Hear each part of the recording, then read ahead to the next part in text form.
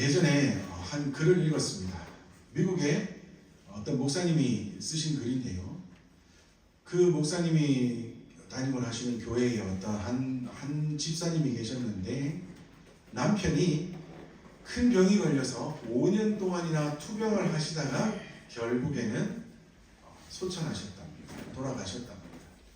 그리고 그 집사님에게는 딸 둘과 막내 아들, 작은 막내 아들이 하나 있었는데 남편이 돌아가신 이후에 그 슬픔을 겨우 이겨내고 아이들과 함께 살아가기 위해서 미국에서 식당 겸 이렇게 술을 파는 호프집 같은 것을 운영하면서 겨우 살아가셨답니다. 그런데 어느 날 식당을 하다 보니 호프집을 하다 보니 아이를 잘 돌보지 못하던 중에 막내 아들이 자전거를 타고 횡단보도에 이렇게 기다리고 있다가 아이는 신호등에 파란불이 들어오자마자 횡단보도를 자전거를 타고 지나가려고 페달을 세게 밟고 지나오던 차는 빨간불이 될까 싶어서 급하게 속도를 더 내어서 오다가 그만 그 아이를 콱 치어서 그 자리에서 또 아들이 죽고 말았답니다. 얼마나 그 엄마의 마음이 아프겠습니까? 남편이 돌아가신 지도 얼마 되지 않았는데 막내 아들마저 죽어버렸으니 그 마음은 너무나 힘들고 괴로웠을 겁니다. 더군다나 그 아이가 그 자리에서 숨을 거둔 그 트럭에 치여서 산산이 부서진 그 아이의 모습을 봐야 했을 때 그 엄마의 마음은 얼마나 아팠겠습니까?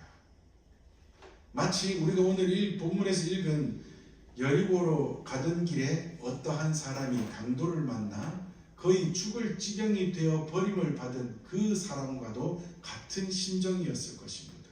오늘 본문에 보니 여리고로 가던 길에 어떠한 사람이 강도를 만나 너무 많이 맞아서 거의 죽을 지경이 되어 버려졌다 말씀합니다. 오늘 본문에 나타나는 이 지역은요, 예루살렘에서 여리고로 내려가는 길, 그러니까 물론 예수님께서 예를 들어서 말씀하셨지만 정말로 그때 그곳에는 이런 일들이 자주 일어났었답니다. 왜냐하면 예루살렘에서 여리고로 내려가는 길이 경사도 심하고 산도, 그러니까 이런 언덕 같은 중동지방이니까 꼭 우리가 생각하는 나무가 많이 자란 산은 아니지만 모래 언덕 같은 흙 언덕 같은 산 같은 것들이 많이 있고 또 좁은 길도 있고 해서 강도들이 숨어 있다가 지나가는 사람들을 덮쳐 물건을 빼앗고 사람을 때리고 사람을 죽이는 그런 일들이 빈번히 일어났었답니다. 그런데 예수님이 말씀하시는 가운데 정말 강도 만난 한 사람이 있다고 우리가 생각해보자 라고 말씀하시면서 그 예를 들어 말씀하고 있습니다. 어떤 한 사람이 여리고를 내려가던 길에 강도를 만나 옷이 벗겨지고 너무 많이 맞아 거의 죽게 되었습니다. 자, 조금 전에 말씀드린 남편이 죽은 지 얼마 되지도 않아 아들마저 잃어버린 이런 너무나 아픈 마음을 가진 안타까운 상황을 닥친 사람을 우리가 만난다면 또는 예수님께서 말씀해주고 있는 여리고로 내려가던 길에 강도 만나 너무나 많이 맞아 거의 죽을 지경이 되고 모든 것이 빼앗겨버린 그러한 사람 같은 사람을 우리가 만나게 된다면 우리는 이러한 사람들 앞에 어떻게 행동해야 될까요? 특히 하나님을 믿는 사람으로서 그리스도인으로서 우리는 그러한 아픔을 가진 사람들 앞에 어떠한 자세로 어떠한 마음가짐으로 그들에게 다가가야 할까요? 오늘 이 말씀을 통하여서 우리가 어떠한 자세로 나아가야 할지 함께 살펴보기를 원합니다. 먼저 강도 만난 사람에게 너무 약삭빠르고 똑똑한 사람들이 다가왔습니다. 그 강도 만난 사람이 거의 죽을 지경이 되어 버림을 받아 누워있는 그 주변을 먼저 누가 지나갔어요? 제사장이 지나갑니다. 그런데 그 사람은 피하여 갔답니다. 그리고 또 한 사람이 지나가는데 누군가 하면 레위인입니다. 그 사람 역시 어떻게 지나갔어요? 피하여 지나갔답니다. 자, 여기서 말하는 피하여 지나갔다는 말은 반대편으로 갔다 이 말입니다. 반대편으로 갔구나 이 정도가 아니라 이 길로 가는 것이 더욱 좋은 길임에도 불구하고 먼 길을 돌아서 갔다 이 말이에요. 반대편으로 갔다. 이쪽으로 지나가면 강도 만난 사람 쪽으로 지나가면 가까운 길인데 그 길을 두고 먼 길을 돌아서 반대편으로 갔다 이 말입니다.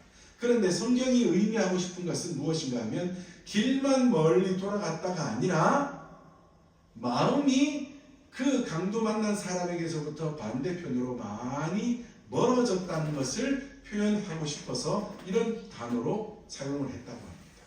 자, 그렇다면 제사장과 레위인은 왜 반대편으로 멀리 돌아서 갔을까요? 민수기 19장 11절에 이런 말씀이 있습니다. 죽은 사람을 만지는 것은 이레 동안 부정하니라. 이레는 뭐예요? 7일 동안 부정하됩니다. 더군다나 이 사람들의 직업이 뭐라고요? 제사장 또는 레위인. 두 부류 다 뭐 하는 사람이에요? 하나님의 일을 감당하는 사람들입니다. 그러므로 자주 사람들을 만나야 해요. 그러므로 이 사람들이 저기 강도를 만나 누워있는 사람을 발견하자마자 머릿속에 뭐가 딱 떠올랐겠습니까? 죽었겠다. 아니, 처음에는 죽었나? 그 다음에는 죽었겠지.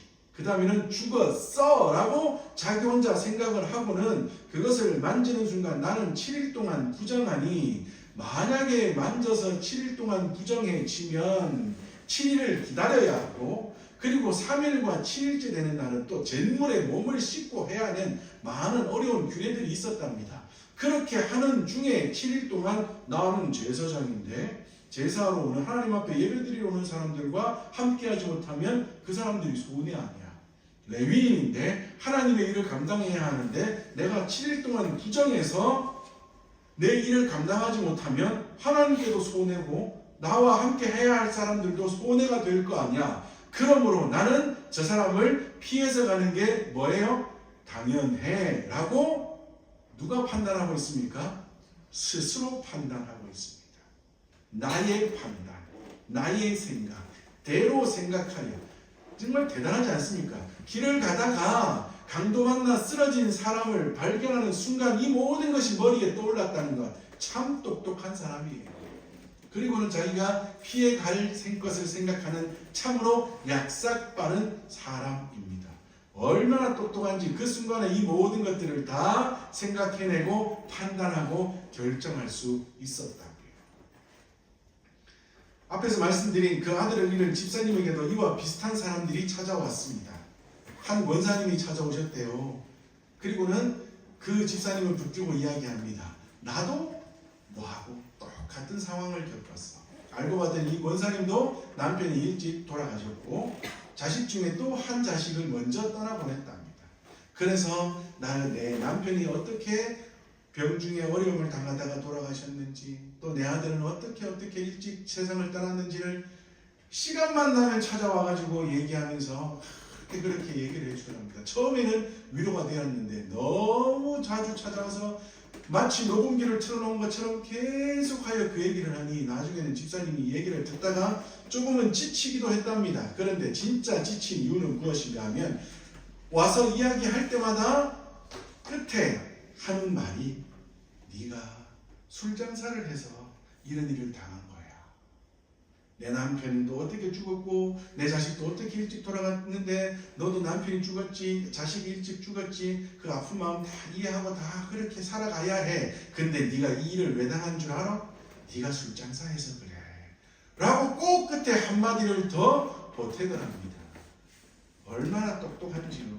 본인도 집사님 본인도 자기가 왜 이런 어려움을 당하는지를 모르는데 남인 원사님이 먼저 당하는가 봐요. 얼마나 똑똑한지요. 자기의 생각대로 자기의 판단대로 한 사람을 더 어려움 중에 더 어려움으로 몰아가고 있습니다. 그리고 시간이 좀 지나서 그 집사님이 아들을 죽게 한 덤프트럭 회사에서 꽤 많은 보상금을 받았답니다. 당시로서는 꽤 많은 금액이래요. 그랬더니 그 돈을 그런데 여러분 정말 눈에 넣어도 아깝지 않은 어린 아들이 죽고 그 아들을 죽게 한 회사에서 보상금을 받았다고 해서 돈을 받았든지 통장에 돈이 들어와 있든지 해도 그 돈 쓸 수 있겠습니까? 이 집사님도 손도 못 대겠더래요. 단돈 10원도 손을 못 대겠더래요. 왜요? 아들의 목숨값이니까요. 그래서 그냥 그 돈을 하염없이 숫자만 바라보고 매일매일을 지나고 있었는데 그 보상금을 받았다는 소식이 교회에 쫙 퍼지고 나니까 그 교회 여전사님이 딱 찾아오시더니 보상금 받으셨어요? 묻더래요. 예, 이렇게 받았습니다. 그러면 11조 하셨어요? 묻더래요. 그런데 정말 이 돈은 제가 손도 못 건드리겠습니다. 내 아들 목숨값인데 정말 손도 못 건드리겠습니다. 나중에 내 마음이 좀 나아지면 그때 하나님의 일에 좋은 데 쓰겠습니다. 아니에요. 그럴수록 지금 11조 하셔야 돼요. 지금 하셔야 돼요 하면서 그렇게 쪼들합니다. 그러니 이 집사님이 여전사님의 그 행동으로 인하여 그 말로 인하여 더욱더 아픈 마음에 아픔이 더해 갔다는 거예요. 여러분 참 똑똑하지 않습니까? 참 약삭 빠르지 않습니까? 모두들 너무 똑똑하고 너무 약삭 빨라서 마치 강도를 피하여 지나간 제사장 같고 레위인 같은 모습입니다. 정말 아들 잃은 부모님의 그 아픈 마음들 몇 년이 지나면 그 아픔이 사라질까요? 절대 안 사라진다고 합니다. 우리가 기억하고 있는 세월호 사고도 얼마 전 몇 달 전에 11주기가 지났고 이제 이태원 참사도 3주기가 곧 다가오고 있습니다. 그러한 사고로 인하여 정말 너무나 사랑하는 자식들을 먼저 떠나보는 부모들, 세월호로 인하여서 사고로 인하여서 자식들을 먼저 떠나보낸 부모님들 아직까지도 매일매일 그 자식의 얼굴을 기억하며 그 자식들의 먼저 떠남을 아파하면서 그렇게 지나고 있다고 합니다. 그런 말 있지 않습니까? 하나님도 자식을 잃어버린 부모에 대한 단어를 만들지 못할 정도로. 자, 여러분, 자식이 부모를 다 잃어버리면, 먼저 부모님이 다 떠나가시면 그걸 우리는 한자로, 우리 말로 뭐라 그럽니까? 고아라 그러죠. 고아. 그죠? 남편이 먼저 떠나면 뭐라 그래요? 과부. 그러면 부인이 먼저 떠나면 뭐라 그래요? 호래비. 뭐 이렇게 부르지 않습니까? 그런데 자식을 먼저 떠나보낸 부모를 지칭하는 단어가 있을까요? 없을까요? 없습니다. 없어요. 그 단어는 만들지도 못하고 부르지도 못할 정도로 너무나 아픈 일이라는 거예요. 그런 아픔을 당한 그 집사님에게 권사님은 찾아오셔서 네가 순장사에서 네 아들이 죽은 거야. 그리고는 여전사님은 찾아오셔서 그 아들의 목숨과 11조 했어요? 안 했어요? 지금 해야 돼요. 지금 해야 돼요. 똑똑한 척하는 이 사람들, 정말 강도 만난 그 사람을 피하여 지나간 제사장과 레위인과 같은 사람들입니다. 자신들이 생각하는 판단으로 올바른 길로 인도해 준다고 생각하지만 너무나 엉뚱한 길로 인도하고 있는 어리석은 사람들입니다. 그런데 오늘 본문에 보니 전혀 다른 인물이 나타나고 있습니다. 한 사마리아인이 그 길을 지나간답니다. 이 사마리아인은 이방인입니다. 제사장과 레위인과는 전혀 다른 하나님의 은혜의 울타리 안에 들지 못하는 이방인입니다. 그리고 그는 여행하는 사람이었습니다. 그런데 그 사람이 강도 만난 사람을 발견했습니다.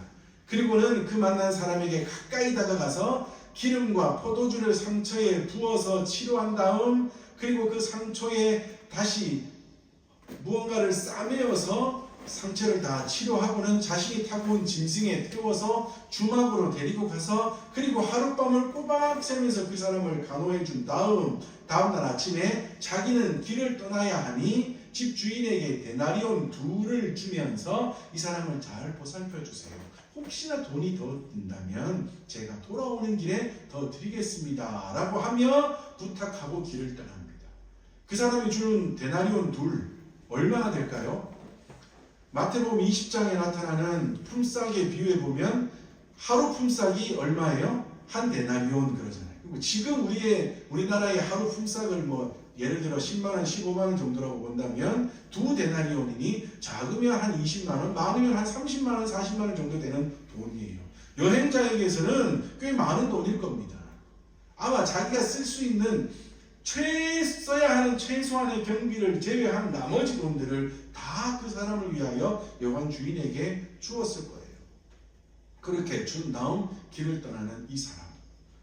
아니 도대체 이 사마리아인은 어떻게 이러한 행동들을 할 수 있었을까요? 오늘 본문에 보니 그는 불쌍히 여기는 마음 때문이라고 말씀합니다. 그는 불쌍히 여기는 마음으로 그 강도 만난 사람에게 다가가고 이 모든 치료를 하고 여관에까지 데리고 가서 여관 주인에게 부탁하고 자기의 길을 떠났다는 겁니다. 여기서 말하는 불쌍히 여기다라는 말은 민망히 여기다, 측은히 여기다라는 단어에서 또 다르게 파생된 단어라고 합니다. 여기서 말하는 것은요, 도움이 절실히 필요한 자들에게 쏟아 부어져야 할 인간의 기본 마음. 여기서 뭐가 중요할까요? 기본 마음. 어떤 사람이 어떠한 상황을 닥쳐서 도움을 받아야 한다면 그 사람에게 당연히 해 주어야 하는 가장 기본적인 마음, 기본적인 행동, 이것을 불쌍히 여기는 마음이라고 성경은 우리에게 말씀해 주고 있습니다. 이 강도 만난 사람에게는 무엇이 가장 필요했어요? 무엇이 가장 기본이었을까요? 치료해 주는 것, 돌봐주는 것. 이것이 가장 기본이었다고요. 그것을 제사장은 하지 않았고 레위인은 하지 않았습니다. 자신의 판단대로 이것을 하는 것은 나에게 손해가 될 것이다 라고 생각하여 하지 않았지만 사마리아인은 아무것도 생각하지 않고 지금 이 순간에게 이 사람에게 해야 하는 것은 치료와 돌봄이라는 것을 알고는 기본적인 당연한 것을 그 사람에게 쏟아 부어 주었다는 겁니다. 이것이 성경이 말하는 불쌍히 여기는 마음이었습니다. 그러면 이 사마리아인은 어떻게 불쌍히 여기는 마음을 가질 수 있었을까요? 아마도 그 사람은 강도 만난 사람에 대한 이해가 있었을 겁니다. 그것을 다시 말하면 이해하는 마음과 내가 무엇을 해주어야겠다는 마음, 모든 것을 합쳐서 그는 공감하는 마음이 있었을 거예요. 불쌍히 여기는 마음, 그 사람이 어떻게 도움을 받아야 하는지 그것을 아는 마음, 이 사람이 왜 아픈지, 왜 힘든지, 왜 도움이 필요한지를 알고 함께하는 그 마음이 사마리아인에게는 있었을 거라는 거예요. 그 마음을 이해해 주는 것, 공감하는 마음. 이 말은 남의 감정, 의견, 주장 따위에 대하여 자기도 그렇다고 느끼는 것 또는 그렇게 느끼는 기분을 공감이라고 말씀합니다. 쉽게 얘기하면 그 어떤 사람이 어떤 상황이 처해 있다면 그 상황에 왜 그렇게 처해 있는지를 같이 생각하는 거예요. 다시 말하면 그 사람의 위치에 나를 대입시키는 것.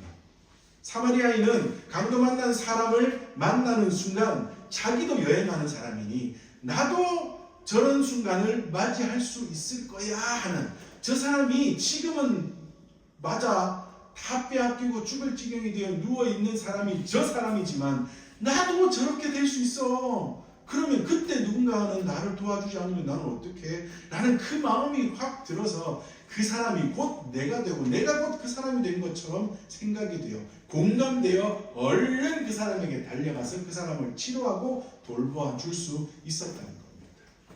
이 마음이 우리 그리스도인들에게 가득해야 합니다. 하나님의 백성들은 세상 사람들을 바라보며 우리 믿음의 식구들 안에서 당연한 것이고 우리가 세상 가운데 나아가 살아가며 모든 사람들을 바라볼 때마다 이 공감하는 마음, 불쌍히 여기는 마음이 우리 가운데 있어야 할 줄 믿습니다. 나도 그 사람이 왜 그렇게 아픈지, 왜 그렇게 슬픈지, 왜 그렇게 괴로운지를 생각하여 나도 그렇게 될 수 있다는 것을 기억하며 지금은 나는 그렇게 되지 않았지만 그 사람이 그렇게 되어 있으니 같은 마음으로 다가가서 그 사람을 위로해 줄 수 있는, 그 사람에게 도움의 손길을 베풀 수 있는, 그 사람을 섬길 수 있는 그런 공감하는 마음이 우리 그리스도인들에게 당연히 있어야 될 줄 믿습니다. 그게 있으면 뭐가 되겠지가 아니라 당연히 있어야 된다는 겁니다. 로마서 12장 15절 16절 말씀에 이런 말씀이 있습니다. 즐거워하는 자들과 함께 즐거워하고 우는 자들과 함께 울라. 서로 마음을 같이 하며 높은 데 마음을 두지 말고 도리어 낮은 데 처하며 스스로 지혜 있는 채 하지 말라 말씀합니다. 기쁜 자들과 함께 기뻐하고 우는 자들과 함께 울며 서로 마음을 같이 하라. 다시 말하면 뭐예요? 공감하라 이 말입니다. 저는 종종 보면 불교의 용어들이 성경에서 많이 빌어간 것들, 빌려간 것들이 더 많은 것 같습니다. 불교에서 부처의 마음을 대신하는, 그를 설명하는 단어 중에 대자대비라는 말이 있죠. 부처는 대자대비하신 석가모니 이렇게 하잖아요, 그죠? 여기서 말하는 대자대비가 아마도 이 로마서 말씀을 본다고 한 것 같아요. 이 대자대비가 어떤 뜻인가 하면 자자라는 말이 인자할 자, 비는 슬플 비인데요. 이게 원래는 한자가 아니고 산스크리트어, 그러니까 옛날 고대 불교의 용어랍니다. 거기서 말하는 자자는 남에게 즐거움을 준다라는 거예요. 그리고 기쁨을 함께 한다라는 뜻이고, 비는 남의 슬픔을 덜어준다, 슬픔을 나눈다 이 말입니다. 그러므로 대자대비하다 이 말은 뭐예요? 우리 부처가 사람들의 기쁨을 같이 하고 슬픔을 같이 나눈다 이 말이에요. 그것을 우리가 함께 얘기하는 속담으로는 뭐라 그래요? 기쁨은 나누면 배가 되고 슬픔은 나누면 반이 된다. 이 말이 또 이 말 아닙니까? 이 모든 말들이 아마도 성경에서 다 빌어난 것 같아요. 불교에서조차도 그렇게 설명해요. 슬픔은 함께 나누고 기쁨도 함께 나누라. 이것이 불교의 진짜 행해야 할 덕목 중에 하나다라고 설명하지 않습니까?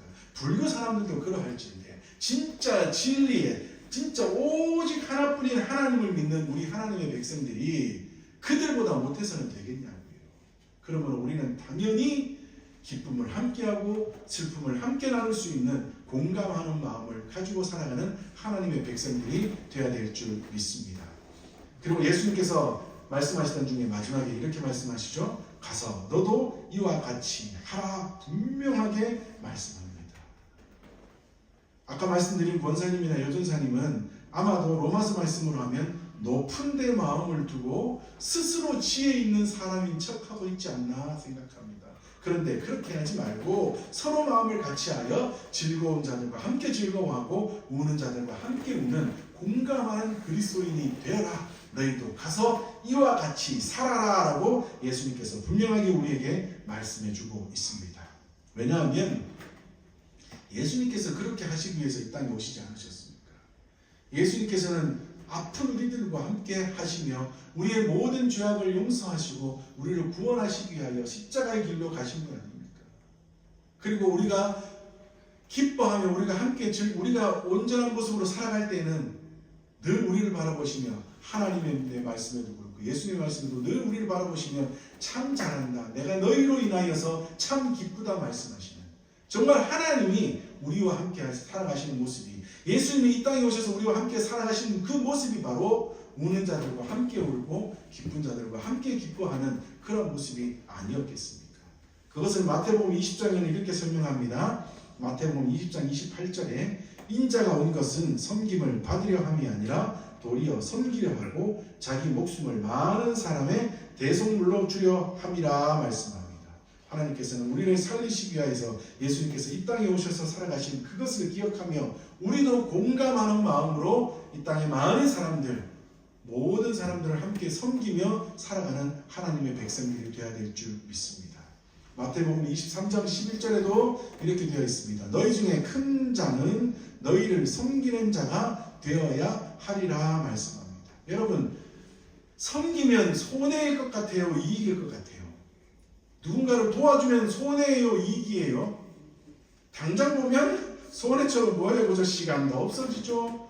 또는 아까 강도 만난 사람 같은 그런 사람들을 만나면 나도 주머니를 털어 그를 도와줘야 되니 분명히 손해처럼 보입니다. 그런데 금방 읽어드린 마태복음 23장 11절에 보니까 너희 중에 큰 자는 너희를 섬기는 자가 되어야 하리라 말씀합니다. 이것을 뒤집어 보면 뭐예요? 큰 자가 되는 비결이 뭐예요? 섬기는 자입니다. 큰 자는 섬긴다 이 말이에요. 너희가 지금 섬김을 하고 있느냐? 너희가 공감하는 마음으로 온전한 그리스도인으로 이 땅에서의 삶을 살아가고 있느냐? 그러면 마태복음 23장 11절에 대비하면 그 사람은 어떤 사람이에요? 큰 자입니다. 큰 자. 손해가 아니라고요. 우리가 이 땅에서의 한 푼의 돈은 손해볼지 모르지만, 우리가 얼마의 시간은 손해볼지 모르지만, 우리가 공감하는 마음으로 섬기는 그 모습으로 살아가는 그것으로 인하여 우리는 하나님이 보시는 큰 자가 되어서 이 땅에서의 삶을 살아갈 수가 있습니다. 성경의 황금률이라고 말하는 마태복음 7장 12절에도 이렇게 말씀합니다. 그러므로 무엇이든지 남에게 대접받고자 하는 대로 너희도 남을 대접하라. 이것이 율법이요 선지자니라. 나라고 그런 어려움을 당하지 않을 때 있겠습니까? 나도 분명히 어려움을 당할 때가 있을 거라고요.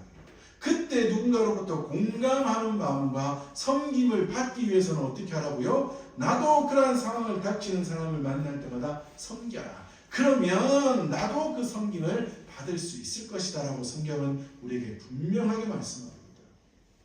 공감하는 마음, 섬기는 마음 절대 손해가 아닙니다. 더 신비한 말씀이 있습니다. 잠언 19장 17절에 이런 말씀이 있습니다.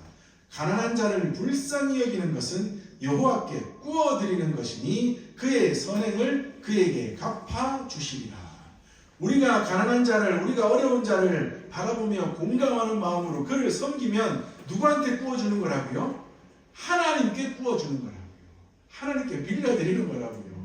그래서 나중에 빌려드린 그 모든 것을 하나님 어떻게 하신다고요? 다 갚아주신답니다. 얼마나 놀랍고 은혜로운 말씀입니까? 우리는 이 땅에서의 삶을 살아갈 때 정말 공감하는 마음으로 선한 사마리아인 같이 정말 섬기는 마음으로 살아가는 하나님의 백성들이 되어야 될 줄 믿습니다. 우리가 그렇게 살아갈 때 우리의 삶이 바로 살아계신 하나님의 이름을 증거하는 삶이요, 그러한 우리의 삶을 통하여 많은 사람들이 하나님께로 돌아오는 놀라운 역사가 일어나게 될 줄 믿습니다. 오늘 이 말씀 기억하시면서 우리는 공감하는 자, 쉽지 않은 일이지만 정말 공감하는 자가 되어서 우리의 그 삶을 통하여 정말 하나님 앞에 영광 올려드리며 이 땅 가운데 살아계신 하나님의 이름을 증거하며 살아갈 수 있는 저와 우리 모든 믿음의 식구들 되시기를 주님의 이름으로 축복합니다. 아멘.